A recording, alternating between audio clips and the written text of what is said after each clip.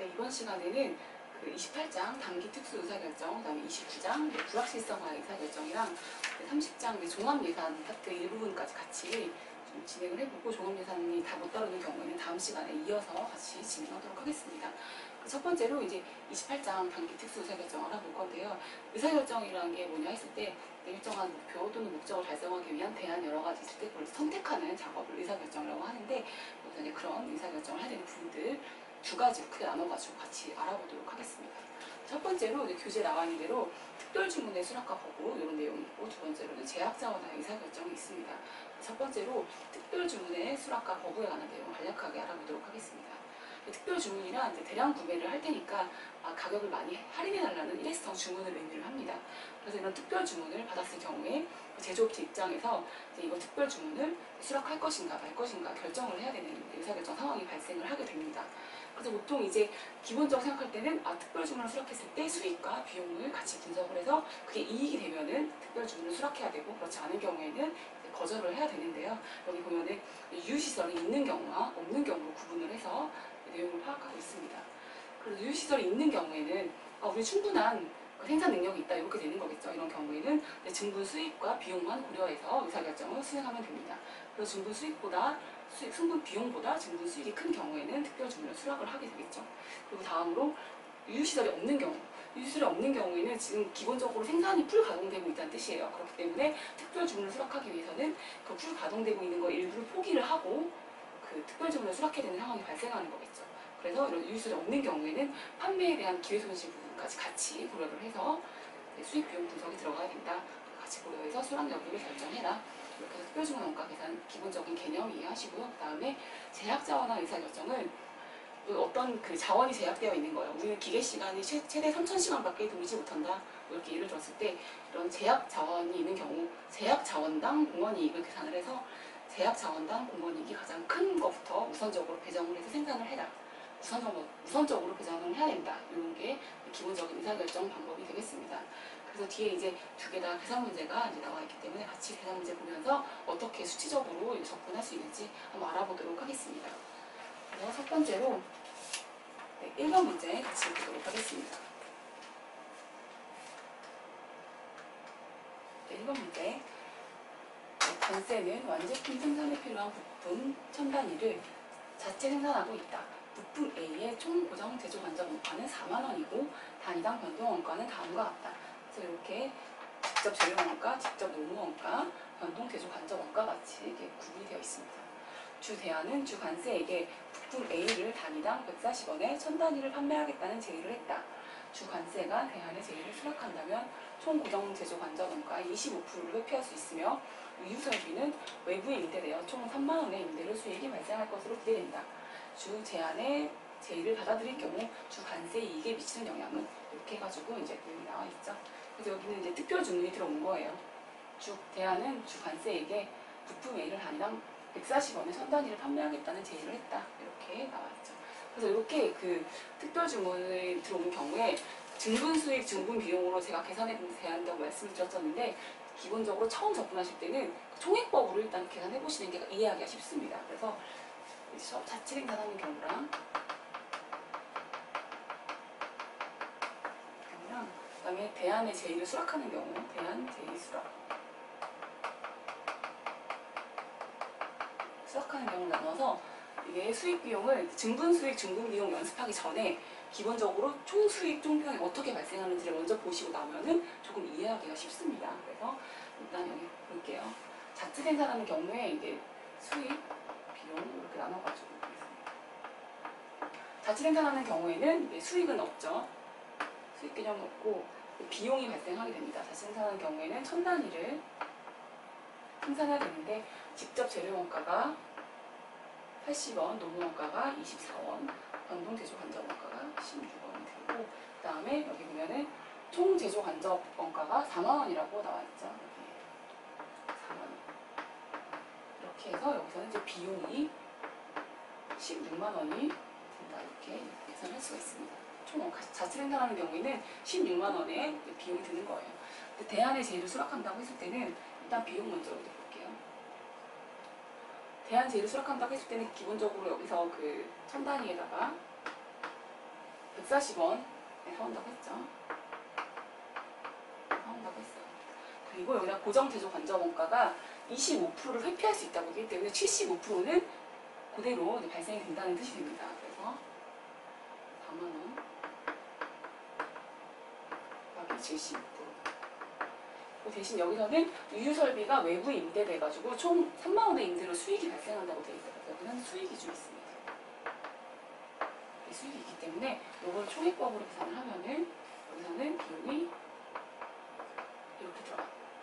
그렇게 되면은 대안의 제1을 수락할 경우 이게 비용이 116만원이 되는 거고 비용이 14만원이 되는 거기 때문에 결국은 2만원이 증가를 하게 되는 케이스가 되는 거겠죠. 그래서 4번 2만원이 증가되는 케이스다. 그래서 이렇게 총액법으로 이렇게 분석하는 방법에 대해서 알아봤어요. 근데 기본적으로 이게 이제 숙달이 되시면은 증분수익, 중분비용으로도 접근하실 수가 있는데 이걸 증분수익, 중분비용으로 제가 한번 정리해 보겠습니다. 증분수익은 아까 임대료가 발생한 게 있었죠.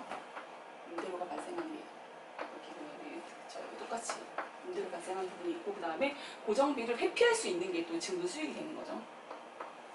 고정비 회피할 수 있는 게 4만원에 25%가 증분수익 개념이 됩니다. 그리고 증분비용은 상단위에 대해서 140원에 사와야 되고 그 다음에 여기다가 직접 재료원가 80, 그 다음에 직접 농무원가 24, 원동 제조원자원가 이렇게. 그래서 증분비용이 이렇게 발생하게 됩니다. 그렇게 되면 여기 증분이익이 2만원이다. 그래서 이렇게 좀 일단 기본적으로 이런 그 특별주문에 문제가 나왔을 때 총액법으로 이렇게 계산을 하시고 실제로 문제를 이렇게 접근하셔도 문제는 안 되지만 조금 더 숙달이 되면은 이게 증분수익이 얼마인지 증분비용이 얼마인지 바로바로 계산이 서게 됩니다. 그리고 나중에는 숙달했을 때는 이 방법을 통해 가지고 계산하게 되면 좀 더 좀 빨리 접근을 할 수 있겠죠. 근데 실수를 하지 않는 방법은 또 총액법으로 접근하는 방법이 보통은 실수를 하지 않기 때문에 두 가지 방법 다 같이 좀 숙달해 보시면서 문제를 정리해 보도록 하겠습니다. 그래서 이렇게 1번 문제 마무리했고 다음으로는 3번 문제 같이 풀어보도록 하겠습니다. 3번 문제는 아까 그 나왔던 제약자원화의 의사결정하는 파트 문제입니다.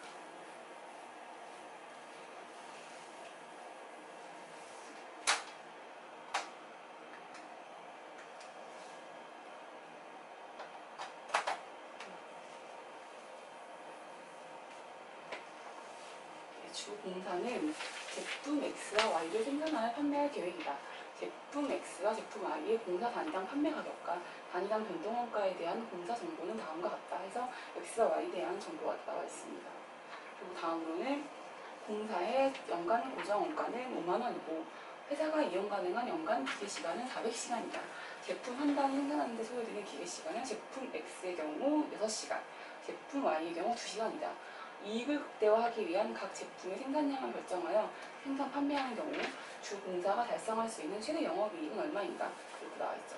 그럼 여기서 보면은 그 회사가 이용 가능한 연간 기계 시간은 400시간이다. 그리고 이게 결국에는 제약 자원이 되는 거예요. 그래서 기계 시간당 공원이익이 큰 것을 우선적으로 생산해야 된다. 이렇게 판단하실 수 있으셔야 됩니다. 그래서 기본적으로 보면은 X의 단위당 공원이익은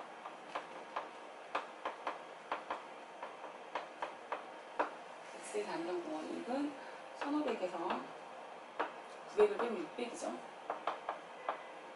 그리고 Y의 단위당 공원이익은 1000에서 600을 빼는 거죠. 400입니다. 그럼 여기서 회사가 가능한 연간 기계시간, 이게 제약 자원이기 때문에 기계시간당 공원이익을 계산해야 됩니다. 그래서 여기서 600과 400이 있고 기계시간당 공원이익을 따지면은 제품 X의 경우 6시간이죠. 그리고 제품 Y의 경우 2시간. 그럼 기계시간당 공원이익은 100이 되는 거고 400 남으면 200이 되는 거죠. 여기 보면은 이제 200을 우선적으로 생산하는 게 맞는데 여기 같은 경우에는 제품 X와 Y의 수요가 무한하다 이렇게 기재가 되어 있습니다. 그렇기 때문에 수요가 한정되어 있다면 이거를 최대한 생산을 하고 남은 거를 이걸 생산하면 되는데 여기는 수요가 계속 무한하기 때문에 요거만 생산하는 게 제일 유리한 거겠죠. 그래서 요거만 생산하는 팩트. 그래서 200에다가 200 여기를 그 Y만 생산한다고 가정했을 때 Y를 2시간이 드는 거죠. 2시간 들고 기계 시간은 400시간이기 때문에 200개를 생산할 수가 있겠죠. 그래서 200개를 생산을 하고 단위당 공원이익이 400개. 그리고 그 다음에 고정비, 공원이익이죠. 그 다음에 고정비가 5만원 한다고 하면은 3만원이 영업이익입니다. 그래서 여기 문제 기본적인 포인트는 제약자원당 공원이익을 계산을 한다. 그래서 그걸 우선적으로 배분을 하는데 여기는 수요가 무한하다고 했기 때문에 그냥 Y만 생산하는 것이 제일 유리하다. 근데 Y의 수요가 한정되어 있다면은 Y를 그 수요만큼만 생산을 하고 나머지는 X를 생산하는 이런 구조에서 영업이익 계산해야겠죠. 근데 이 문제는 제품 X, Y 수요가 무한하다고 했기 때문에 Y만 생산하는 걸 선택을 했다. 이렇게 정리하시면 되겠습니다. 그래서 단기 특수 의사결정 특별주문과 그 제약자원화의 이런 의사결정 문제까지 같이 알아보았습니다. 다음으로는 이제 불확실성화의 의사결정 같이 보도록 하겠습니다.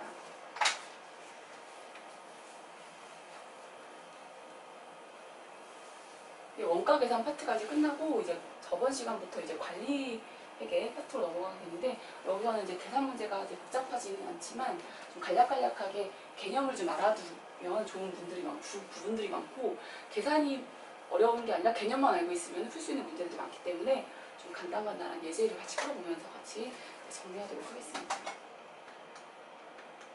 그래서 이제 불확실성화 의사결정을 보겠습니다. 불확실성화의 의사결정이라는 얘기는 결국에는 미래에 나타날 상황이 확실하지가 않다. 그리고 실제랑 예측치 이런 것들이 다 변화가 될 수 있는 여러 가지 가능성에서 대안을 선택하는 그런 의사결정을 불확실성화의 의사결정이라고 합니다.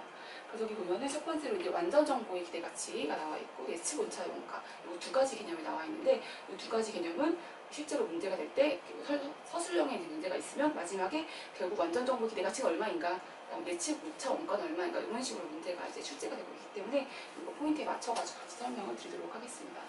첫 번째로 이제 완전 정보의 기대 가치 내용 보겠습니다. 완전 정보란 무엇인가 했을 때 의사결정과 관련한 모든 불확실성을 다 제거할 수 있는 정보를 가지고 있는 상태를 말하는 거예요.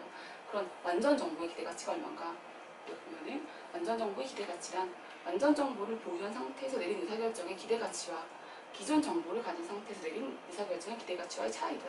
그래서 완전 정보를 가지고 의사결정했을 때 얻게 되는 기대 가치의 증가분 이렇게 생각하시면 되겠습니다. 그 완전 정보의 기대 가치는 완전 정보 하의 기대 가치 마이너스 기존 정보 하의 기대 가치다. 그래서 이 개념 이렇게 기억하시고 예측 오차의 원가는 주어진 상황 하에서 최적 대안의 결과와 실제로 선택된 대안의 결과의 차이다.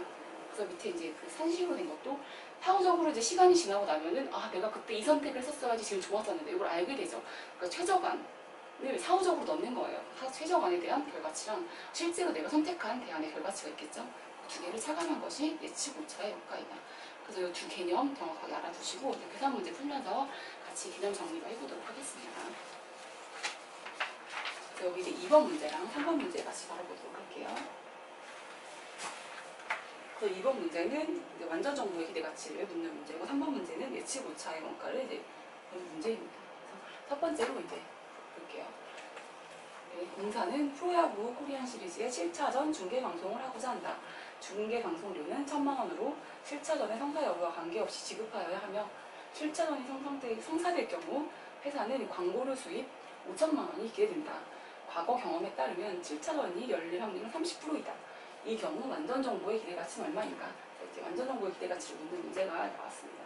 그래서 보통 여기는 여기 케이스를 이제 좀 되게 그 완전 정보의 기대 가치를 묻는 문제 중에 가장 간단한 케이스인데 보통 이제 이 문제를 풀 때 어떤 툴을 적용해야 되냐면은 확률적으로 넣었을 때 그 중계 방송이 성사가 관계없이 지급하되 나오는데 성사될 경우 성사가 되는 경우가 있고 성사가 안 되는 경우가 있어요. 성사되는 게 30%고 성사 안 되는 케이스가 70%입니다. 그래서 여기서 이제 그 주공사 선택을 해야 돼요. 이걸 중계를 할 것인가 말 것인가를 결정을 해야 됩니다. 그래서 중계를 만약에 선택했을 경우 중계하는 걸 선택하는 거죠. 그다음에 중계를 안 하기를 선택한 경우 이렇게 네 가지로 나눠가지고 분석을 하셔야 됩니다. 이렇게 나눠가지고 네 가지를 분석해야 되고 이 상황에 따른 그 기대 가치를 여기다가 기입을 하시면 됩니다. 그래서 중계를 하는 경우에는 중계를 하는 경우 성사가 됐는데 중개를 하는 경우 제일 베스트인 케이스죠. 이런 경우에는 중개 방송료가 1,000만 원이 들지만 광고 수익이 5천만 원이 들어오죠. 그러면은 수익이 4천만 원인 거죠. 그리고 성사되지 않았는데 중개를 하고 결정했었어요. 그런 경우에는 성사 여부에 관계없이 1,000만 원이 나간다고 되어 있죠. 여기 경우에는 비용이 1,000만 원이 발생하는 거죠. 여기서는 수익이었죠. 이게 광고료 수익 마이너스 중개 방송료였던 거고, 성사가 되지 않았기 때문에 중개 선택한 경우에는 마이너스 1,000만 원이 발생하게 됩니다. 그리고 중개를 하지 않는 경우에는 수익이 제로인 거죠. 여기도 제로인 거죠. 이 문제에서는 이런 케이스에 제로라는 케이스로 문제가 나오지만 다른 데서는 이렇게 안 한 케이스에서도 기대가치가 나오는 문제들 케이스가 있기 때문에 이렇게 무조건 표를 만들어 놓으시고 결정하셔야 된다. 그러면 완전 정보의 기대가치는 완전 정보 하의 기대가치에서 그 기존 정보 하의 기대가치를 빼는 거죠. 그럼 완전 정보 하의 기대가치. 완전 정보 하의 기대가치를 구하면 완전 정보는 이 성사가 됐을 경우에는 40만 원의 수익인 거고, 성사가 안 됐을 경우에 중개를 하지 말았어야 되는 거예요. 이게 지금 완전 정보 하에 선택할 수 있는 대안이에요. 그렇기 때문에 여기는 완전 정보 하의 기대가치는 4천만 원에다가 0.3을 더하고 그 다음에 0에다가 0.7을 한 1,200만 원이 이게 완전 정보 하의 기대가치입니다. 그래서 이 수익이 났을 때는 30% 확률인 거고, 이때는 마이너스 1,000만 원인 것보다 0인 게 난 거죠. 이때는 중개하지 말았어야 되는 거예요. 그래서 이렇게 같이 표현할 수가 있다. 그리고 기존 정보 하의 기대가치는 우리가 만약에 중개를 한다, 중개 안 한다 선택했을 때 기존 정보 하의 기대가치는 이렇게 구할 수 있는 거예요. 중개를 하는 경우 기대가치는 4만 원 곱하기 30%죠. 그리고 마이너스 1,000만 원 곱하기 70%. 그럼 기대가치가 500만 원이에요. 그리고 중개하지 않은 경우에는 기대가치가 0이에요. 그렇기 때문에 우리가 정보가 이렇게 없을 때는, 완전 정보가 없을 때는 결국은 이 500만 원의 기대가치 때문에 중개를 하는 방법을 선택할 수밖에 없습니다. 그래서 이게 500만 원이라는 기대가치가 기존 정보와의 기대가치가 되는 거예요. 그래서 이게 완전 정보의 기대가치는,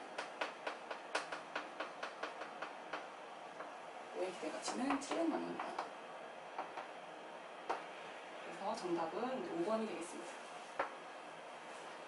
그래서 이번에 완전 정보와의 기대가치는 4만 원 곱하기 30 최적의 대안을 선택했을 때 기대가치를 구하는 거고, 기존 정보와의 기대가치는 중개를 했을 경우 안 했을 경우를 비교를 해서 수익이 더 큰 쪽을 선택을 했었겠죠. 기존 정보와의 기대가치는.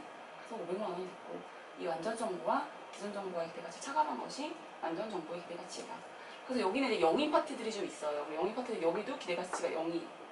근데 이렇게 문제가 나오는 게 아니라 1번 문제로 제가 나와 있는 부분들은 이렇게 대안이 여기인 경우에도 기대가치가 존재하는 이런 대안들이 선택하기 있기 때문에 같이 그 문제를 풀어보시면서 정리하면은 더 완벽하게 정리가 될 것 같습니다. 그래서 복습하실 때 꼭 추가적으로 있는 1번 문제 풀어보시길 바라고요. 그 다음에 예측 오차 원가 문제도 같이 풀어보도록 하겠습니다.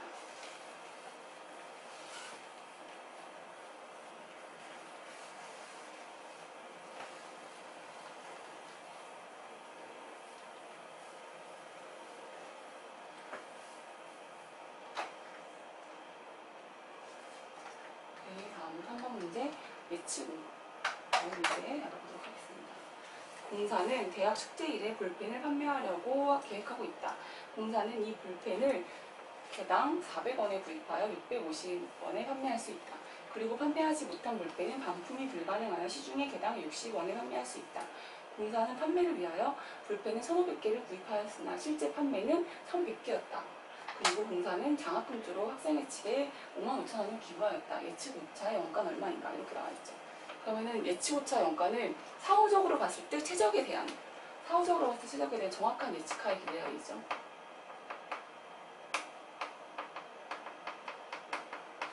그 다음에 실제 선택한 거 나와있는 거죠. 정확한 예측하의 기대이익은 실제 판매가 1,100개였어요. 그래서 이게 만약에 우리가 사후적으로 최적 판매량은 1,100개예요. 그렇기 때문에 1,100개를 만약에 사왔다 하면은 판매는 650원이 되고, 이걸 400원에 아까 사왔었죠. 400원에 사갖고, 그 다음에 여기 학생회칙에다가 기부한 돈 55,000원에서 차감한 게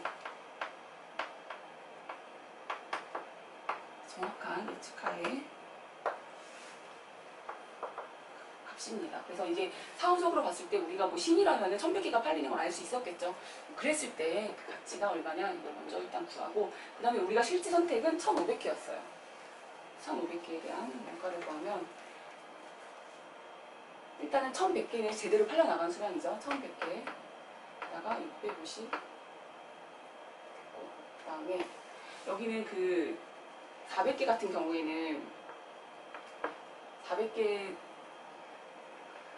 같은 경우에는 1650에다가 400개가 발생한 거고, 이 400개 같은 경우에는 마이너스 판매가 되잖아요.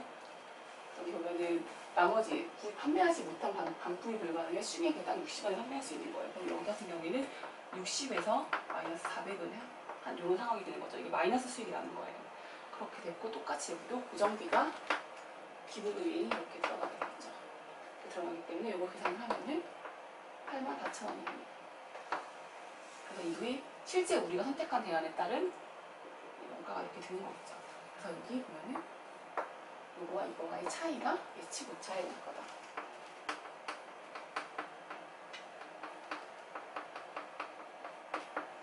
그래서 22만원에서 84만원을 차감한 것이 136,000원이다. 그래서 정답은 3번이 되겠습니다. 그래서 완전 정보의 기대가치와 이거 예측오차 원가 약간 개념이 다르죠. 그래서 이렇게 같이 이해해 보시고, 예측오차 원가는 그래도 개념상 좀 더 이해하기는 쉬워요. 이게 사후적으로 봤을 때 최적의 대안이 얼마였냐, 우리가 실제 선택한 게 얼마였냐, 이거 두 가지 차이다 이렇게 생각하시면 개념적으로 더 쉽기 때문에 이렇게 같이 정리해 보도록 하겠습니다. 그래서 29장 불확실성화 의사결정 이렇게 마치고, 그 다음으로 종합예산 파트로 넘어가도록 하겠습니다. 종합예산은 시간이 되는 데까지 문제를 풀어보고, 좀 못 푸는 부분을 다음 강의에 연결해서 같이 풀어보도록 하겠습니다. 네, 그래서 이 종합예산 파트 이제 계산 문제 같이 풀어보도록 하겠습니다. 그래서 여기 문제를 지금 계획을 한 시간이 되는 대로 다뤄볼 계획인데 1번, 2번 문제 같이 풀어볼 계획입니다. 그래서 1번 문제 같이 보도록 하겠습니다.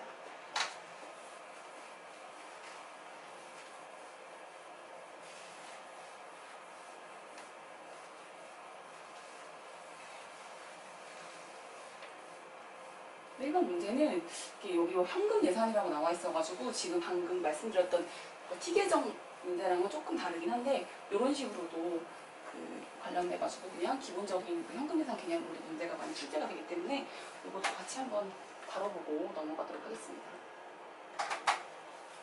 이거는 매출 관세는 20X1년 분기별 현금 예산을 편성 중이며 관련 매출 자료는 다음과 같다. 그래서 1분기, 2분기, 3분기, 4분기 매출 자료가 이렇게 예상 매출에 나와 있습니다. 분기별 예상 매출액 중 현금 매출은 40%이며 예상 매출은 60%이다. 예상 매출은 판매된 분기의 60%, 두 번째 분기의 30%, 세 번째 분기의 10%가 현금으로 회수가 된다. 20X1년 매출과 관련하여 3분기에 예상되는 현금 부유액은 얼마인가? 이렇게 나왔을 경우에 이제 이거는 아까 말한 그 T계정과 관련 없지만 기본적인 그 회계 개념으로 문제를 푸셔야 됩니다. 근데 이제 예산 관련된 내용이어가지고 여기다가 문제를 추가해 봤습니다. 그래서 이거는 그냥 그 기본적인 개념들 접근하시면 돼요. 1분기,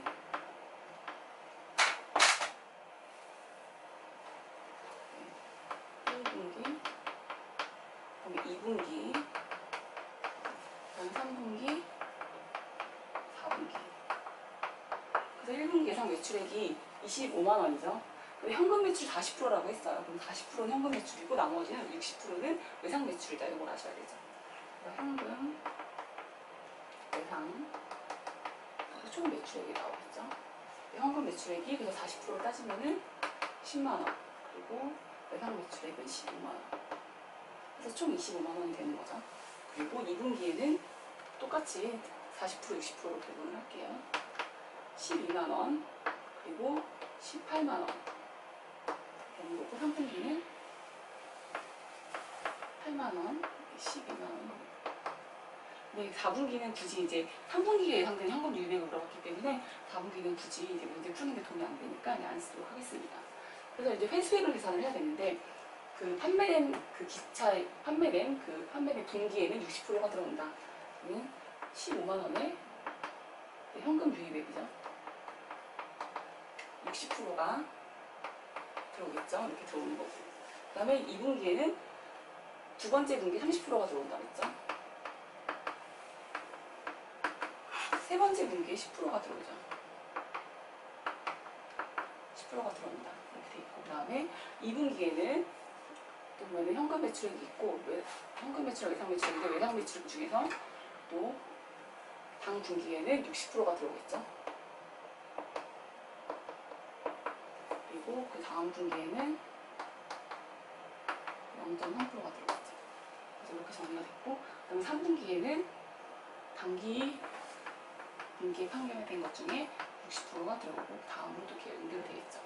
그래서 결국에는 3분기에 들어올 현금 매출액을 구하는 거죠. 현금 유입액을 구하는 거죠. 그래서 현금 매출은 당 분기에 바로 들어오기 때문에 이걸 합쳐주고, 요거 합쳐주고, 그다음에 같이 요게 다 현금 유입액이 되는 거겠죠. 그래서 이거를 합쳐주면은 22만 1,000원이 됩니다. 그래서 이런 문제는 근데 뭐 겉으로 보기에는 조금 복잡해 보일 수도 있지만 이렇게 표를 간단하게 그리면서 접근을 하면은 그냥 그 문제에서 알려준 대로 계산, 유입액, 단기 유입액, 다음 분기 유입액 이런 것들만 차근차근 계산하시면은 그렇게 어려운 문제는 아니다. 이렇게 현금 예상 문제까지 다뤄봤습니다. 또 다음으로는 이번 문제를 한번 간략하게 풀어보도록 하겠습니다.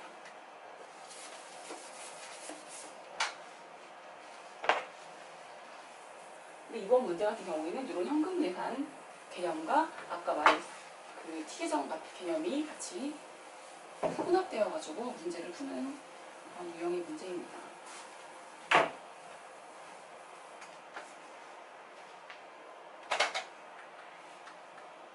네. 20X1년 1월 초에 1분기 현금 예산을 편성 중인 주 간세 월별 매출 예상액은 다음과 같다. 그래서 1월 매출, 2월 매출, 3월 매출 이렇게 예상액이 나와 있고 매출 총 이익률이 주어져 있습니다. 매출액 중 40%는 판매한 달에, 55%는 판매한 다음 달에 현금으로 회수되며 5%는 대손으로 예상된다. 상품 매입 대금은 매입한 다음 달에 전액 현금으로 지급한다. 1월 초 상품 재고액은 6만원이고 매월 말 상품 재고액은 다음 달 매출원가의 10%로 유지한다. 2월 한 달간 예상되는 현금 유입액과 현금 지출액의 차이는 얼마인가? 이렇게 나와 있죠. 그래서 보면은 여기도 이제 결국 현금 유입액과 유출액의 차이 이렇게 나와 있어요. 그래서 이걸 계산해야 되는 건데 2월 달과 계산하는 거죠. 그래서 여기 일단 기본적으로 1월과 2월 상품의 계정을 그려보도록 하겠습니다.